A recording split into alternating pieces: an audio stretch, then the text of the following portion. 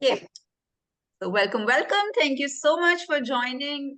With a small minor delay, we are welcoming you to Welcome to Germany series powered by DEGIS. And this one is to tackle all your accommodation queries and help you find your dream home in Germany. And it's all about accommodation. We're very happy to have you here. Thank you for joining. Moving on to our today's agenda. We will first do introductions. We will also go over some tips to find your home, tips to contact. I'm muted, no worries. Please mute yourselves. Thank you so much. Tips to find your dream home. Then we will go over tips to contact landlords because it's not the easiest thing what to highlight, what not. We will also share a really nice template that you can use or evolve based on your experiences and the response rate, and feel free to share them with us. What worked for you might work for so many more, and isn't that what community is all about? Next, we will talk about how to spot scams related to accommodation. Very common with the increasing demand, and as it's also very important to be vigilant when looking for your home in a completely new country. We will go over some bureaucratic steps with respect to it, so city registration, settling packages we will share with you. DEGIS as a nonprofit has a few partners which can actually help international students and share the common visions with us.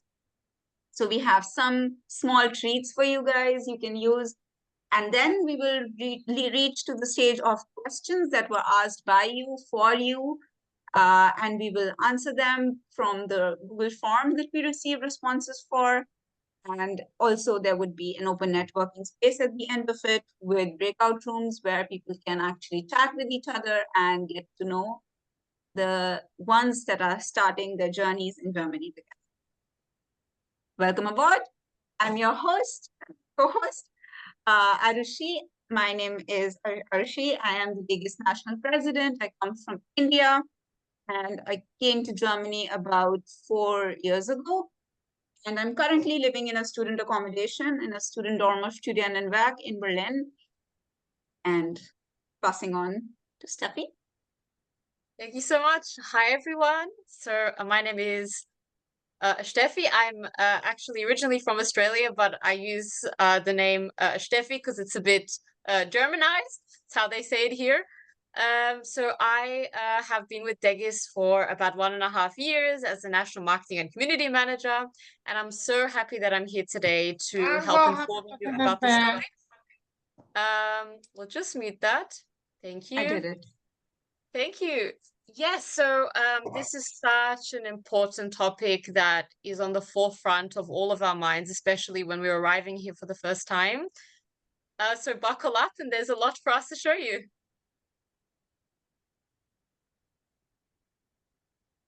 I'm just going to mute all the participants upon entry just so we make sure that that doesn't happen again. Thank you so much. Moving on, who are we? Why are we giving you all this information? Why are we constantly saying this acronym-like sounding name, DEGIS? So DEGIS stands for Deutsche Gesellschaft für internationale Studierende, and we are the largest community of international students in Germany, running across different cities of Germany.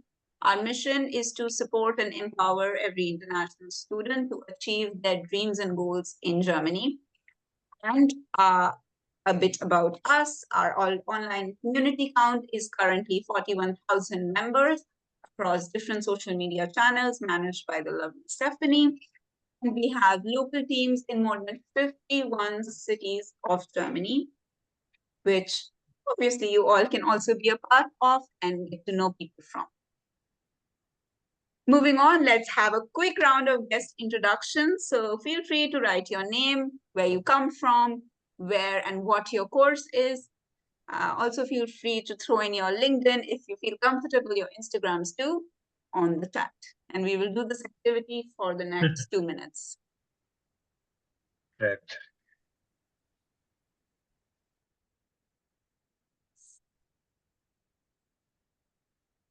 I think it's always nice to put your LinkedIn as a way to do a bit of Absolutely. networking before you arrive, especially. So I'll also put mine. Exactly. Would be great if you put mine too, Oh, because yes, I of can't course. move to different screens. Yes, no problem. Might be a sec.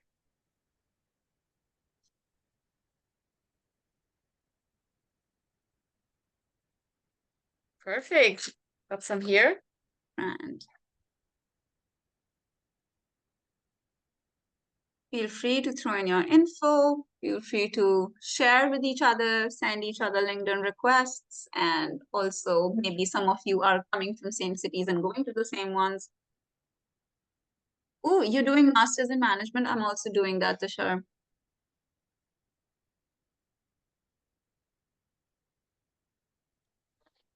Ah, that's a first. I think I've never had someone from Greece join my one of my sessions. Yeah, that's awesome. Cool, cool. Data science. We have a lot of people going to Berlin. Superb.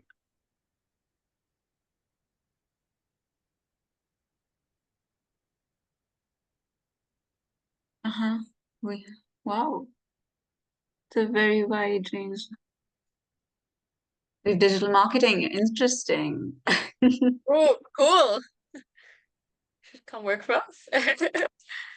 From Peru. Wow, I haven't Nice. seen many countries repeat. That's amazing. So it's a very international crowd here, I would say. Mm-hmm. Oh, wow. You Berlin. Cool, cool.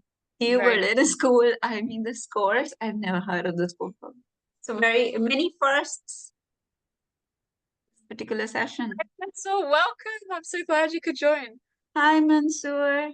Mansoor is a Have you part of done? our community for a while now. He is our city chapter president of Stuttgart. Thank you so much for joining, Mansoor. We have MBAs for sure. Uh-huh. Very interesting courses. Such a nice combination. Wow. It's a very, very amazing oh wow, pharmacist. So cool. Oh, nice. Um, like also Georgia, I have a really good friend of mine. And her dad is a pharmacist in Greece, actually. So very nice. He'd like to come here to work. Amazing. Thank you so much. You guys can continue this activity on the chat and let's get to the juicy stuff now. Mhm. After the guest introductions, I would like to share, since many of you are either on your way, some of you said you're going to be in Germany in the next 10 days, some said you still have 6 months waiting, so we have a big window. But these steps stay the same. So do not forget, and please take a screenshot of this one. Your first step should always be after you receive your admission letter, and even when you're in the process of visa, is to find your accommodation online as much as possible. Yeah. It is one of the most time-taking processes before you enter Germany, and you must find your accommodation. Once you take your first steps, you should also figure out your semester or travel ticket. If your university gives it, well and good. If they don't, there is a 58-euro ticket. It's called the Deutschland ticket. You can buy it from the Deutsche Bahn app. There are also other options that might interest your region and might be more economical in case your university does not offer the semester ticket. The next steps would be, after your accommodation, Anmeldung, which means city registration.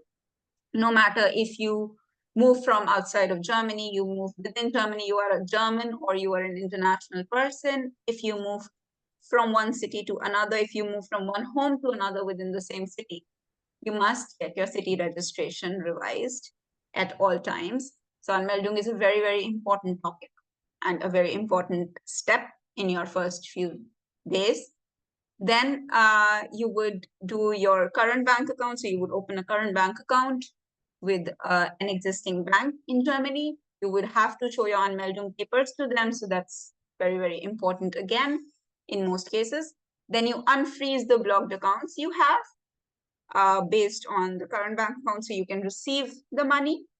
Then you receive the following documents at different stages, many times via post on the registered address that you have registered during the unveiling process.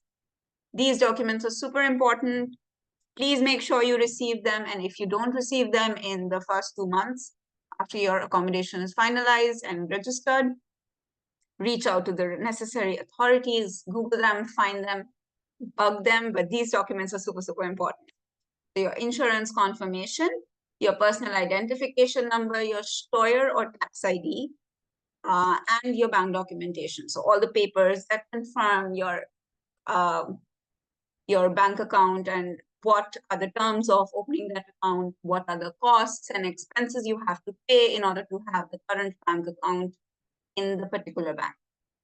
Take a screenshot of this. You will receive the deck as well, but it would be very helpful. Moving on, tips to find your home. Yes, so let's get right into it.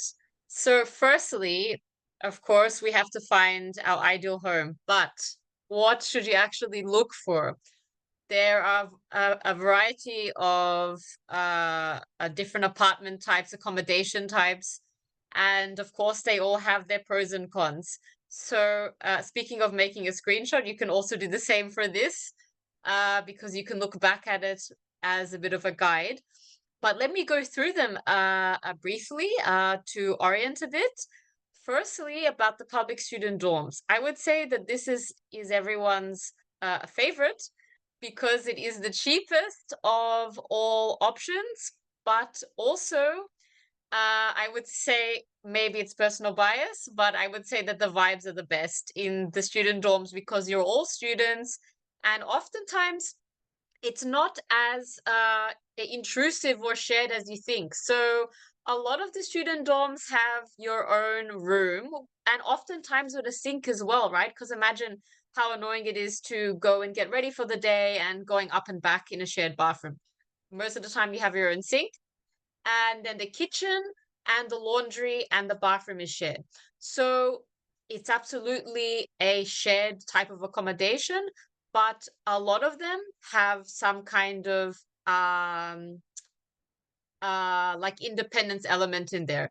So I really, really recommend, and I do have that in red text here, is to apply ASAP. And that's also what was mentioned a bit in the chat above, that there is a lucky student who is already able to apply about a year in advance with their admission letter. The waiting list can sometimes be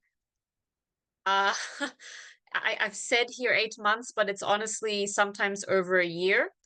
This time around, I was not able to get a student dorm in time, but yeah, absolutely have a look at this website here. This is specifically for Berlin, but there's also a directory where you can change the location and city. Now we talk also about private dorms. So it's pretty much everything that I just said, but often mini apartments. But the block is all students essentially. Now these are also really nice and the facilities are quite modern and new, and also very conveniently located, but they can be very, very expensive and sometimes even a higher price in comparison to having your own apartment in like just anywhere in Berlin in a really normal apartment block. So there's pros and cons. Then you have also the WGs. So that stands in English for share house, essentially. Basically, you can find them all over the city. And prices vary a lot. Sometimes as little as 600 euros, 400 for a nice big room, and other times a bit more expensive.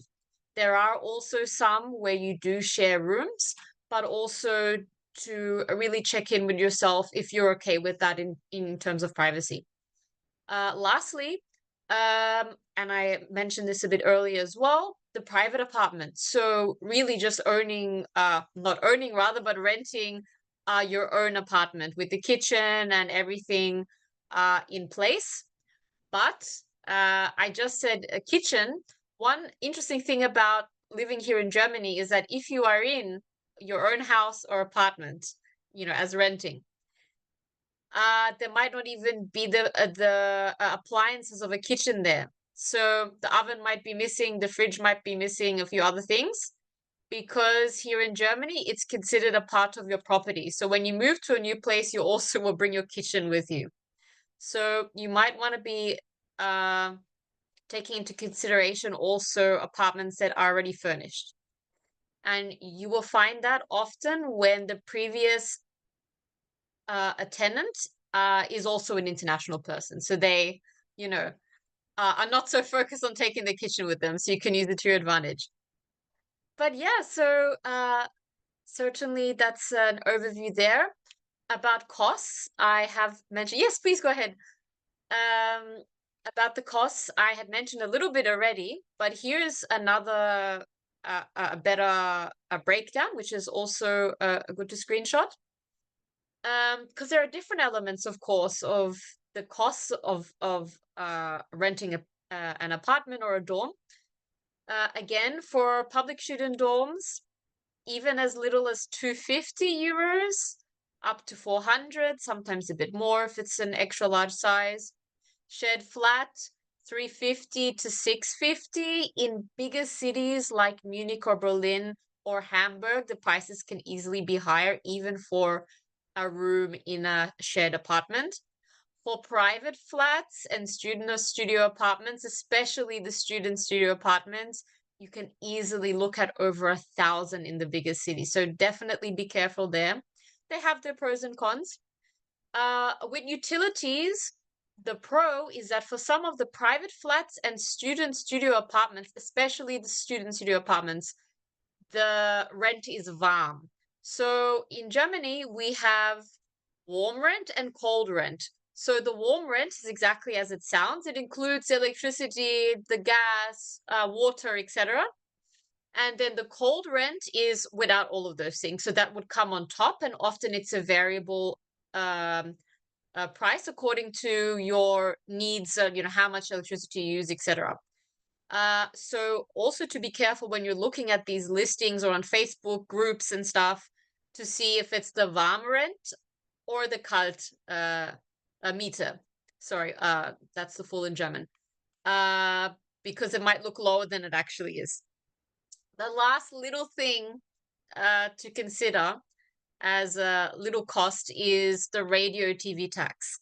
We hear a lot, and I also was surprised about this. I don't watch TV, I don't listen to the radio. Why should I pay for this?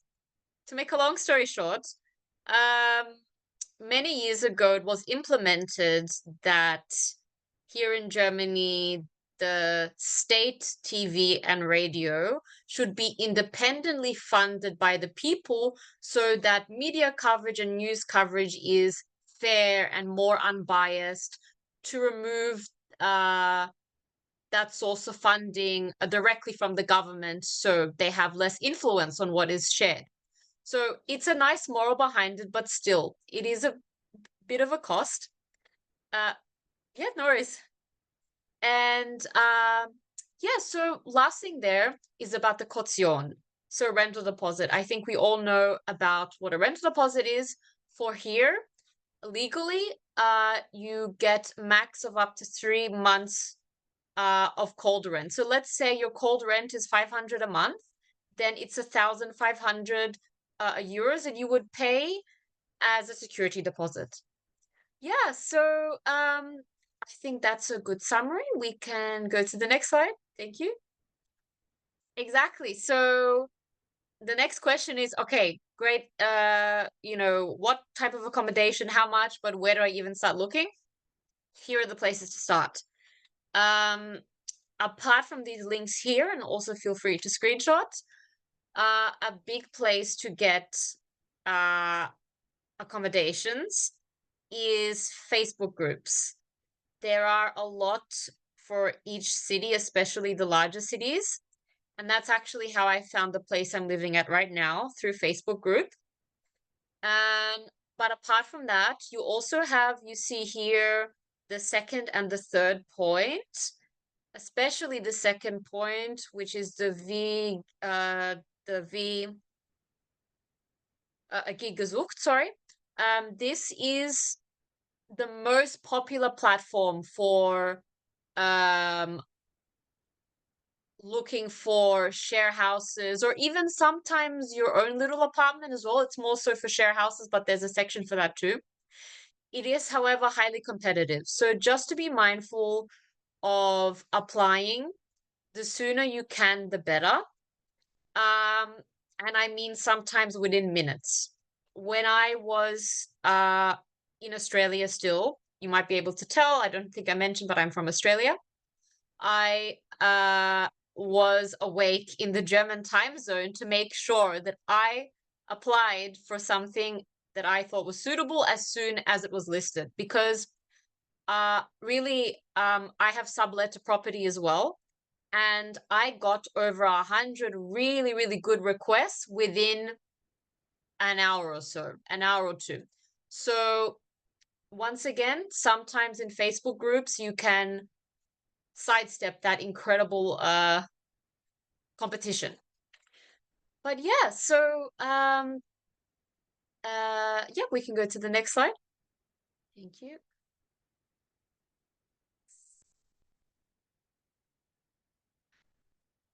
Oh, I think you're muted.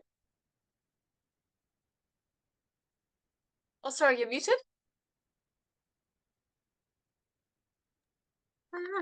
Do you want to read it out? Yes, sure, of course. Perfect. So now we're going to cover the next step. So we're going smaller and smaller, a bit more specific about content, about like writing to landlords. How do you form a message? What should you say? What should be covered? What should you give as evidence that you're a good tenant? So let's take a look. So key tips to contact landlords. As I said a few seconds ago, first in, first served, but it's also good to keep in mind how we contact them. So if you just say, hi, I'm looking for an apartment, unfortunately, absolutely forget it. They want more effort and substance there. So unless it's specified on a listing, to really write them in German, absolutely ask the good old ChatGPT for your help with this. I've tested it as well. It's very good for some German. For writing such a listing, but I do have a template in the next slide to show you anyway. Also introduce yourself from an authentic perspective. So think about mentioning, your personality. Do you like to hang out in the lounge room all the time? Do you like to talk to a lot of people quite often, or are you more retreated? So the landlord or your future flatmates can understand who you are. At the end of the day, you're at the moment only sending a message from online. So also to give an impression a little bit, this is a bit sneaky one, to show that you know a bit about what Germany is about. So you can be a bit creative for this. It could be as simple as, saying that you're going to visit here and here first, and this is why. It's also a way to show that you're not very like gullible, that you're aware, that you can't be swindled. And we'll also mention that in a second about how to make sure you're not getting scammed. But yes, and apart from that, always be prompt in your communication. So once they reach out to you, be very prompt in that to follow up. And if they haven't followed up, sometimes with the swarm of messages that they get, you might be able to push yours up higher by following up and saying, hey, I came back to this listing because I'm very interested and I would like to hear more. So yeah, and about a template, we can check out the next slide. Maybe Yes. I can also mention a little bit about Yes. these key tips. So just on a side note, when I got my first apartment, which was not a student apartment, it was a temporary situation for the first 3 months, but I booked it from Housing Anywhere, which is another website. And I booked it when I was back home, back in India. So when I booked it, I also shared a little bit about what I was doing. So the landlord, he was himself from a computer science background, and I came to Germany to do my master's in mathematics. There was an alignment somehow. He really liked Indian food, and I said, like, yeah, I cook very good food. And like he found me, oh, this is really sweet, like a little girl and everything, you know. So he was very happy to actually interact with me. And when we actually ended up chatting over a video call, he found me interesting enough that he wanted to help me out. So there is always, this is the person you are talking to at the end of the day. You don't have to know everything about them. You don't have to stalk them, but you have to show that you are authentic and you are interested. You are here to study. You are here to make your life and you want to live in a good room. That's it. And they can offer it. So it's about that alignment to find in every situation, more or less. And screening your messages through ChatGPT would be really helpful, considering it does not sound doctored. So don't send a long book at the end of the day, because nobody will read it. And please be mindful when following up. Yes, following up is a very good strategy. It should be taken care of, but don't spam another person, because that might lead you, like they might not want to talk and just block you out of the whole pool itself. So feel free to experiment. At the end of the day, it's not like you had something to lose it, but feel free to also use these tips when you are communicating with the person. Okay, talking about the template with Steffi. Yeah. Yes. I think that was an amazing example. It just goes to show, you know, the importance of having a personal touch.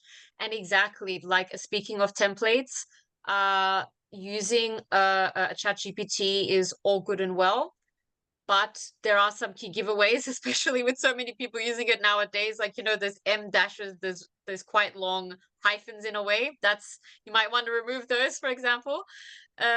But yeah, so I wanted to give, however, here a bit more of a realistic example compared to GPT.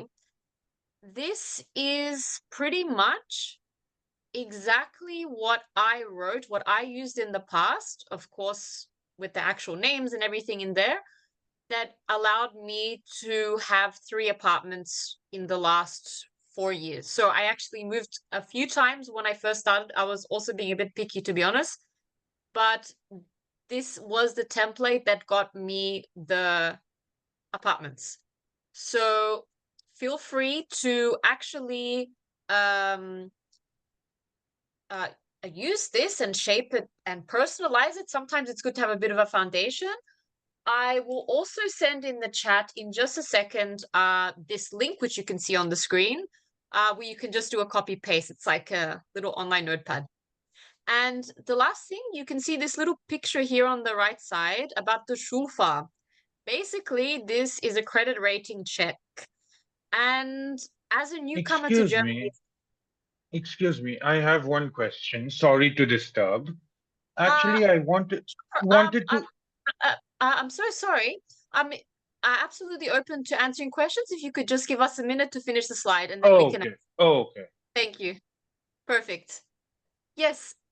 So just about the Schulfarb, because this is also sometimes a bit of an issue for oncoming students in Germany for the first time. Basically, this is a document that gets made automatically, where it does a credit check across the country. But the problem is that you won't have a credit rating if you've never rented before. But this is a document that many, many properties ask for.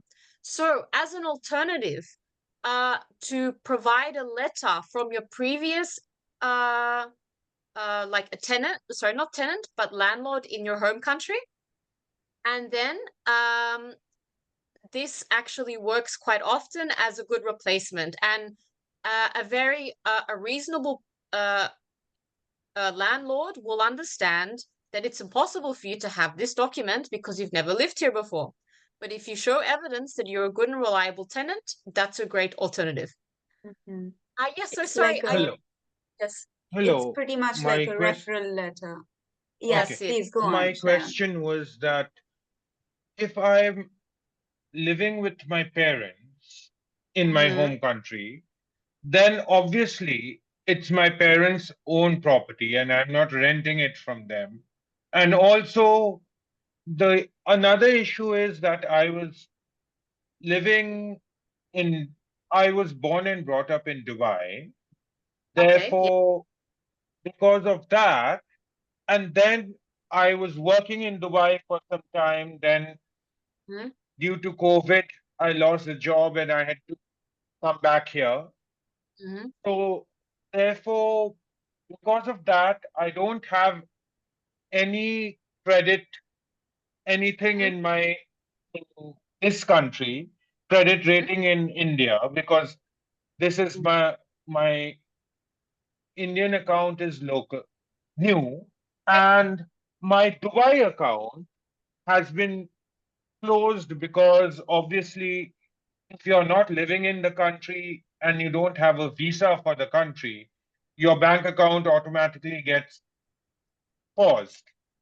Yeah, so I think it's an important point about the bank account as well as a side note before I answer the main question.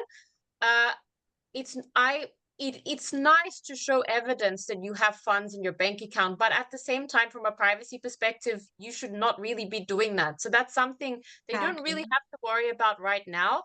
But in I terms of, didn't want to, I didn't uh, say, sorry, sorry. I'm so I sorry. didn't say that I'm sorry. I'm I so want, sorry. I'm just going to okay, finish answering the question, and then I can hear from you. But also as a side okay, note, exactly. Once we answer this, we do have some more slides, and then we'll have time for questions and answers. But just to okay. answer this one here, so being at home, living at home, it is a hurdle because you don't have a landlord previously, but it's one or two things could be possible. You could ask the landlord of your parents or whoever, maybe, and it could be that they own the property, maybe whoever sold it, and just have a statement that they were reliable. That's Uh, there's okay. one potential The, solution. Sorry, I'm not finished. Sorry. okay.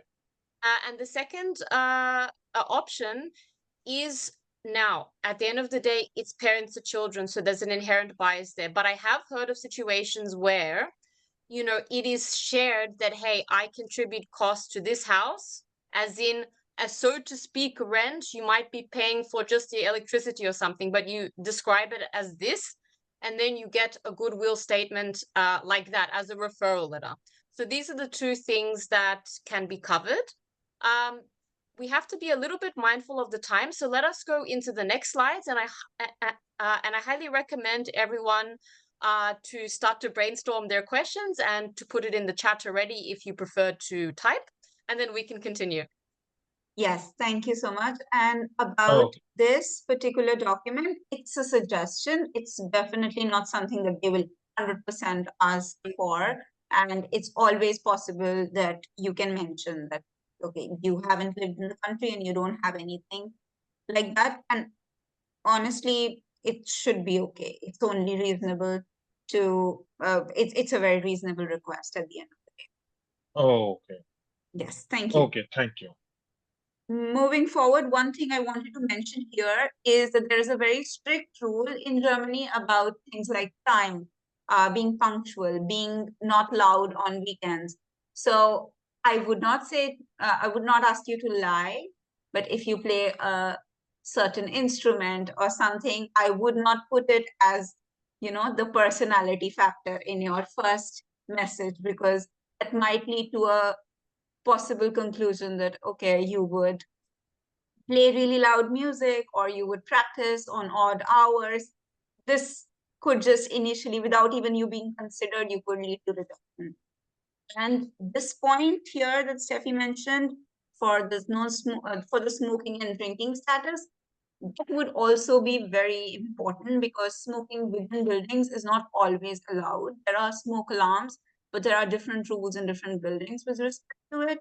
Student accommodation specifically, because it might not be a rule written in your contract, so things might not be possible against you in that situation. But you're living in a community and people might not like you smoking in their kitchen, perhaps. things like that. So it's nice to attach that status too. Obviously, you should be playful with these informations. Moving forward, spotting housing scams. Housing scams are extremely, extremely common wherever in the world you go. So for sure, making Google Maps your, I don't know, Bible for that particular matter is very, very helpful. You search your location, you see the 360-degree view, you see even if it's an industrial area or not. Reddit can also help. If you have people living in that particular city, that might also help. You can also reach out to DEGIS Instagram accounts and the teams. If they have capacity, if they can help you out by paying a visit to the place while you are still back in your home countries, if they can help you out in this matter as students, for students, I believe it should be possible. Thus, beware of scams. Never give your personal data like bank information, anything that has more than your name or anything that can identify very private details of you. Keep them confidential. The credit card number, the bank IDs. Also, go for very specialized portals. Spotter Home, for example, has all the verified properties. Go for things that actually claim that they would secure your rights provided there is an event of scam. For sure, it's not the best thing.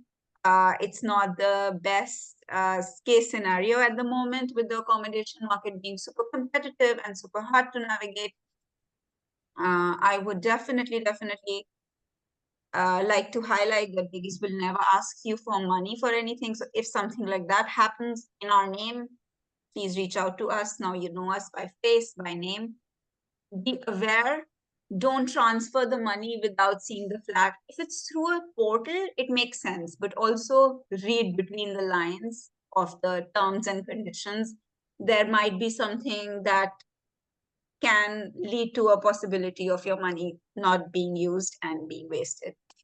So don't do that. Ask your friends from the city to pay a check, pay a visit. Try a reverse Google search for the property image for sure. Very, very helpful. As I mentioned, 360-degree view. Spot fake listings. See how far it is from a particular location. See if that location or that address is registered, perhaps, I don't know, as a university, as a library, and they are claiming for that to be an accommodation. In Berlin, I once got this listing from Fabrikstrasse 34, which is actually a studio, like a dance studio, not at all a studio apartment. And my German was not good enough to be able to understand the translations. I could have been scammed. I wasn't, but I could have been. So be mindful of those things. It's a very important resource that you are spending every month. So be very, very careful. And also, if you see something, report so others don't get bothered because of the same thing or the same person or the same scammer, perhaps. Moving forward, let's go about the very important topic of city registration, and we will also give you some cool treats for helping you to navigate your accommodation search. Anmeldung and bank account, as I mentioned before, these steps are one after the other. The first step is always city registration. Once you have your permanent accommodation, get the documents signed. Most of the spotter home renters provide Anmeldung, almost 90%. So check out their website if they have enough spaces for you in the city that you are coming for. Some bank accounts, depending upon the area of the city and also the branch that you visit, can open current bank accounts for you without Anmeldung. So if that is your situation, there is a link here. We will share the deck, and the link will also be listed in the email that we will share. You can check it out. The link is specific to Berlin, but it also has the city, I don't know, the possibility to change the city and check it out. However, it's not recommended, in my opinion. Expatrio also does have a current bank account possibility, and you should also read the terms and conditions for that whenever you want to open the current bank account. Moving forward, settlement packages by Ugobel. Ugobel is this small organization which sells settlement packages specifically for students, and DEGIS volunteers can get a 10% off on Ugobel products. And same with Spotter Home, which is our partners. If you subscribe to just the DEGIS newsletter, you get 15% discount on their service charge. If you become a DEGIS volunteer, you get a 30% discount on their service charge. So when you book your accommodation, before you move in, you don't have to pay rent. But you have to pay an additional service charge on all specialized portals whatsoever you book your accommodation from. And this is a discount on that money. Moving on, we also have this WhatsApp group for accommodations, also monitored and facilitated by Spotter Home. You can join this. There is a number here. Again, you can either already start scanning it, or you can wait to receive the deck, and then you can join the WhatsApp group. Feel free to scan it if you feel like it. I can wait for 1 minute, maybe. Yes, and of course, if you'd like to become a community member and get like newsletter updates and more information about our upcoming webinars, which we'll mention in a couple minutes, then please feel free to click the first link I just sent in the chat. And of course, if you're interested in as well in becoming a volunteer with us, there's a lot of benefits with that too, and a lot of skills that can be learned and transferred over onto your new like professional life here in Germany, then absolutely have a look at the second link. Yes, about that information, let's talk about becoming a volunteer at DEGIS. We have city chapters, which are teams of volunteers fostering a community in different cities of Germany. The areas you can work in when you work as a DEGIS volunteer, contributing 2 to 3 hours of your precious time during the week, completely flexible, of course, are HR, marketing, events, business development, leadership like president and vice president. This way, you can not only build a network in Germany, but also gain a certificate after 2 semesters of constant work, 2 to 3 hours per week, in which we also mention the impact that you actually created in the particular city in terms of metrics. For example, the number of events you organize, the content, the types of content you created. We can also inculcate the conflicts that you resolved within the volunteer base. We also include information like how many people you led as a part of the team and what you achieved in the cities during your volunteer journey. You can gain a lot from your experience at DEGIS based on your intrinsic motivation, as well as you can develop a lot of skills with us, which includes event management, organic event management, content development, Canva, to and fro, up and down, everything about Canva pretty much. We also have a lot of organizational skills that you develop during the time, and many tools that we use are commonly used in various organizations in Germany, because we are ourselves a German organization. So that development actually helps translate when you look for your jobs in Germany, when you try to get referrals, because these people that you work with are not just your contemporaries, but they are who you have worked with and can actually vouch for you when giving you a referral when you go for your job market. And that comes with its own struggle, talking about which to solve all these struggles, we have these webinar series. Today was all about accommodation. In the upcoming webinar on 9th of October, we will talk about how you can volunteer with DEGIS. You will also get to meet the current DEGIS network. A lot of our leaders, our members will join the webinar and get to know you, get to talk to you. You can also share your common struggles at that time, since many of you would have already taken your first steps in Germany by then. We really, really await to welcome you. The next thing would be taking first steps in Germany, and this one would be really comprehensive of all the information. It would also include how to manage your budget, how to manage your spending, how to register for courses in your university, because at that time most universities start, and also about if you feel that the situation of universities, the study situation is completely different compared to your home countries. And the last one, we end the season with the German language learning webinar, which is also one of the common struggles faced by international students in Germany. So stay tuned to DEGIS Network, and please visit our website, apply to become a volunteer, a community member, and follow us on all socials. Finally, moving on to the questions by you, for you. I think this is one of the most important sessions. I can just read out the questions and then I'm going to make it very interactive, because we can stop recording and then we can actually discuss what we learned.